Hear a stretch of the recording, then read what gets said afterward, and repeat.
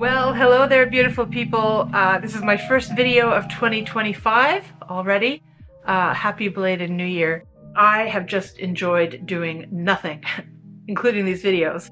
We're gonna catch up because what I did do is a little bit of naughty shopping at fashion outlets during the height of the sale, so I got some really good buys to share with you. And I also went to a shrine visit in the new year, as is the norm here in Japan. And since moving downtown, I'm closer to a big prefectural shrine, which is really pretty, so I'll take you on a tour of that at the end of the video. So let's get started. So basically I bought some goodies from CIDER, which is a fast fashion outlet, which is big size friendly, to H&M for mostly candles and shoes, and also to Zara for fragrances and stuff like that. So let's see, where should I start? I think I'll start with CIDER because I'm really in on this burgundy trend at the moment. So I did buy some clothing items, but I'm not going to show them here because I don't want to try them on. I'm too lazy for that. And also showing them on camera doesn't really work. So I'll just put pictures of them here so you can get a sense. But COS, I didn't mention COS, but COS is probably my favorite brand. If I could afford to buy their retail all the time, I would. And also if their sizes were more inclusive. I'm more plus size. I can fit into their large pants. And so that is what I bought. I bought a pair of these merino wool capri type pants. I got them in the khaki color, not in this beige color here. They're sold out right now, so I'm showing you the beige. But they're lovely. The only problem, as with all pants that I buy, is I'm extremely short-waisted and the waist goes too high, so it looks ridiculous. I can't wear them unless I'm wearing something over it. I can't tuck anything into it. And I already took them to my tailor's, and because they're knitwear, a little fancier brand, she said, don't mess with it, just fold them over. So that's what I'm doing. I also bought a pair of jeans from COS, but because they're non-stretch, they don't fit. So I'm planning to continue with my diet in the new year.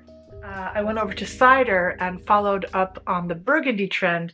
So at CIDER, I bought these burgundy plastic loafers, and I bought them on a whim thinking, they're probably not gonna work. I'm gonna have to sell them on the resale market because they're probably not gonna, basically with plastic shoes, you can't break them in. So they fit at first and they're great, or they don't fit at all. Fortunately for me, they are fantastic. I have worn them every day in the last 2 weeks. They're not looking worse for wear. Of course, you know, as super cheap flats, there's not a lot of support here, so I can't, you know, walk 5 kilometers in them, I don't think. But, you know, I do about 3 kilometers of walking every day to work and back and around the office, so they're just fine. And I also got a burgundy bag. I'll put a picture of it here. I originally wanted it in red, but I decided for the burgundy option. And now I think I want the black, but I might change to the sling bag. Also plasticky, is similar to a bag I'm lusting after from Carla Rockmore. So she's a TikToker, I don't know, short video person I follow. I like her personality. And she's a former designer turned back to designer, and she made these sling bags, and they sell for like, I don't know, 150 US dollars. Whereas this CIDER one is a lot cheaper. I think I'm gonna go for the CIDER, the cheap CIDER cheapie, and I will update you when I get it. Might be too short, that's my only worry about it. I think the Carla Rockmore has like an extender strap, which may or may not be useful. I'm a very tall person compared to Carla, who's apparently quite short and flat-chested. I am not flat-chested, and stuff that goes cross-body, you have to be very careful with it because sometimes it doesn't work because the luggage gets in the way, you know what I'm saying?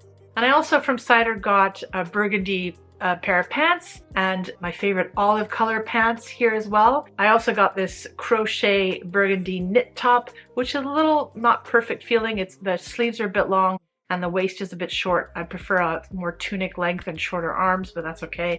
Looks all right. The 2 pairs of pants are currently at the tailor's because same problem. The waist goes just like below my boobs. I have to cut it off, which means the pants are going to turn into culottes. But hey, better a fit with short pants than a really goofy sort of high hanging. I don't know why my body is so deformed. It is what it is. So I was so pleased with the plastic shoes at CIDER that I decided to take a chance on Zara and H&M and buy a couple of pairs of plastic shoes from them too. Keep in mind, you guys, I am not a fast fashion proponent. I am willing to spend more money for stuff, but here in Japan, as a larger lady, I just don't want to take the risk buying more expensive stuff. I'm more orientated towards taking a risk with cheap stuff, and if it doesn't work out, it doesn't work out. So, but I tested it and I got these shoes from Zara that were uber cheap, under 2,000 yen, I think. Yeah, I think all of them are under 2,000 yen. Oh no, the burgundy ones might have been a tad more expensive. And that matches my cute little Hermes style Kelly that I use. Not a perfect fit. These are more pinky and these are more like khaki, like a green undertone. But when they're so far away on the body, you don't notice. They look great. Now, unfortunately, most of my socks are dark, but I'll make it work. I'll find some stocking type stuff for these. Very nice. And I also went to H&M and picked up these shoes in my size 41. But these ones are your basic black sort of ballet slipper woven type things. These are more of what I expected from cheap quality shoes. They're a bit tight, they're not as comfortable. The loafers were good, these are a bit of a miss, but I can still wear them for short intervals. Gosh, my hair is looking long and scraggly. My hairdresser, the one that's used to dealing with foreign hair, has moved to Berlin and I'm stuck without a hairdresser. I'm gonna try cutting my own hair for as long as I can.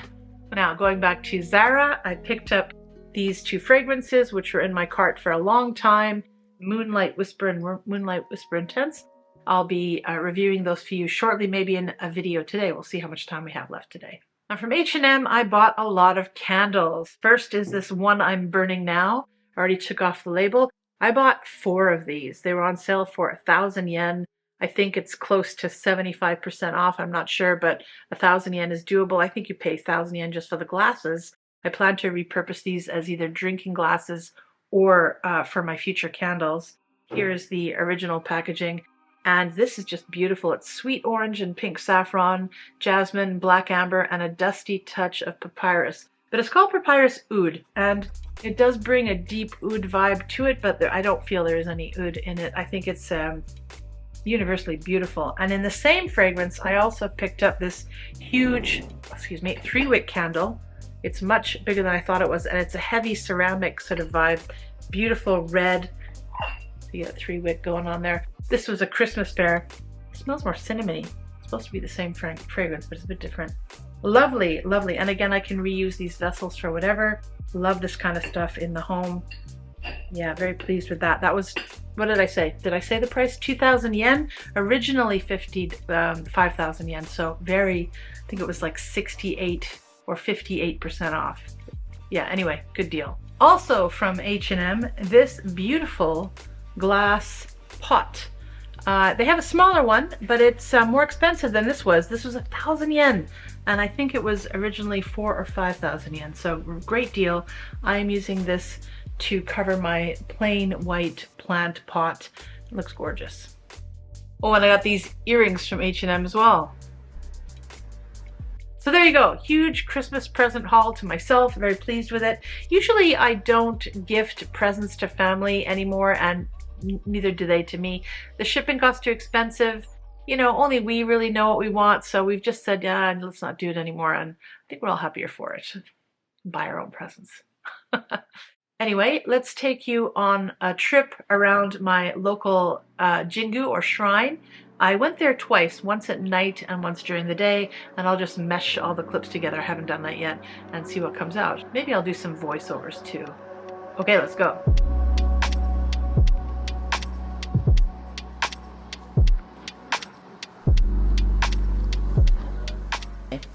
At the water pavilion located inside a Shinto Shrine's grounds, you first have to purify your body and mind with water before you head on in toward the altar.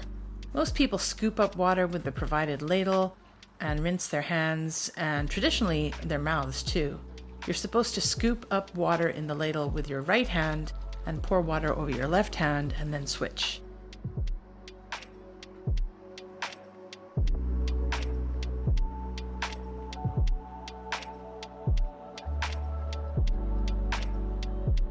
You can buy omamori at shrines and also at Buddhist temples, I think, particularly at New Year's. Omamori are Japanese amulets or talisman that bring people luck or protection. All year round, the most popular seem to be the ones with good luck for health, exams, and transportation safety. Once you reach the altar, you gingerly toss 1 coin or more into the offering box and ring the bell, if there is one, to greet the deity. You bow twice, then you clap your hands twice to express your respect. Next, you say a prayer with your hands still together, and finally you bow one more time and go on your way.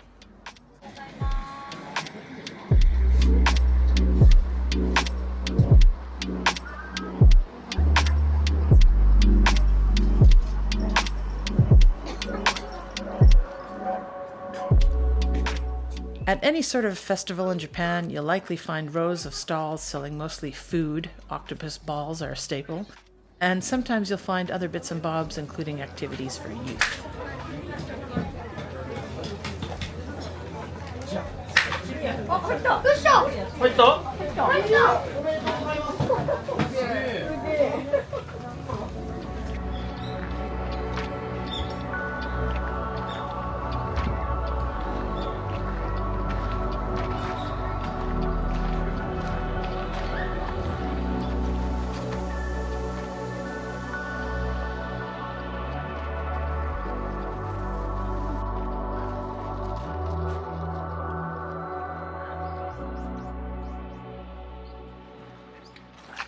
I love these.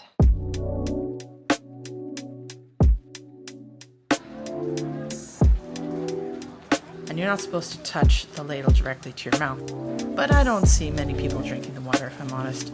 Especially since COVID. Not that I go to shrines regularly, mind.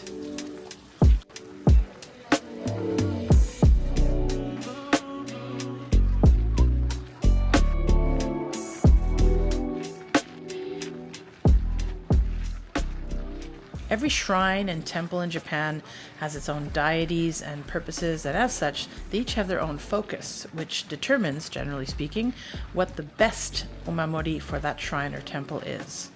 Omamori come in many forms, by the way. You can buy stickers, car window decals, keychains, phone straps, small metal charms, decorations, cards, etc. You want to buy some stuff?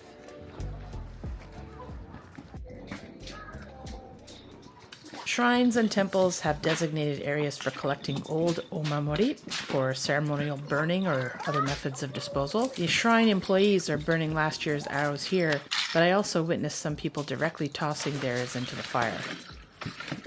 This shrine evidently is big on arrow omamori, luck in reaching one's targeted dream or aspiration, no doubt.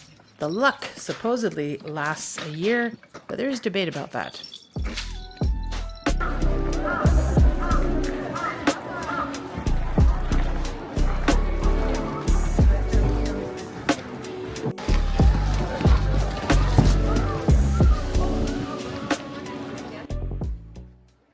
In addition to omamori, you can also get omikuji, paper fortune slips that you buy at Japanese shrines as well as Buddhist temples, actually. They predict your future and are a popular activity at shrines and temples, especially over the first few days of New Year's. Look at all that sake.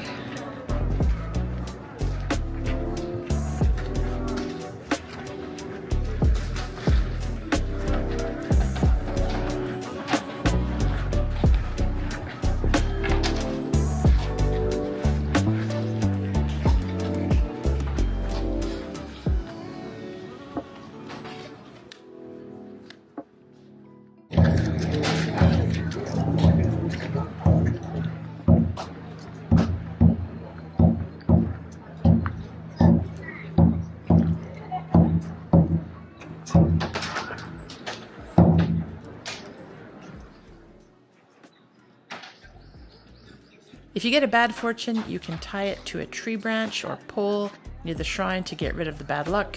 You can also tie it to a structure called a musubi dokoro, which is covered in tightly folded paper.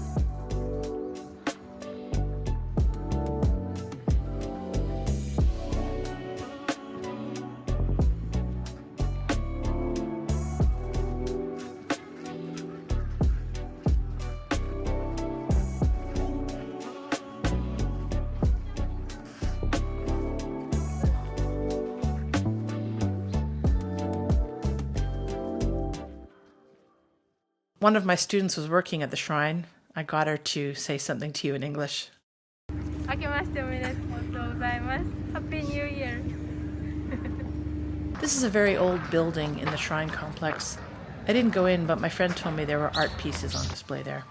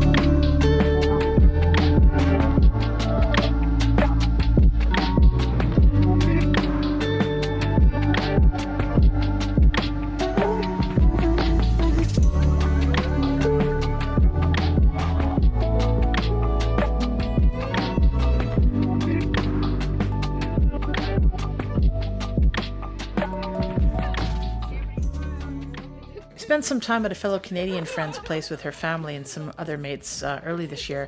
We had a New Year's micro bonfire in her backyard. Pretty much a rare thing, I'd say, in Japan. Cheese.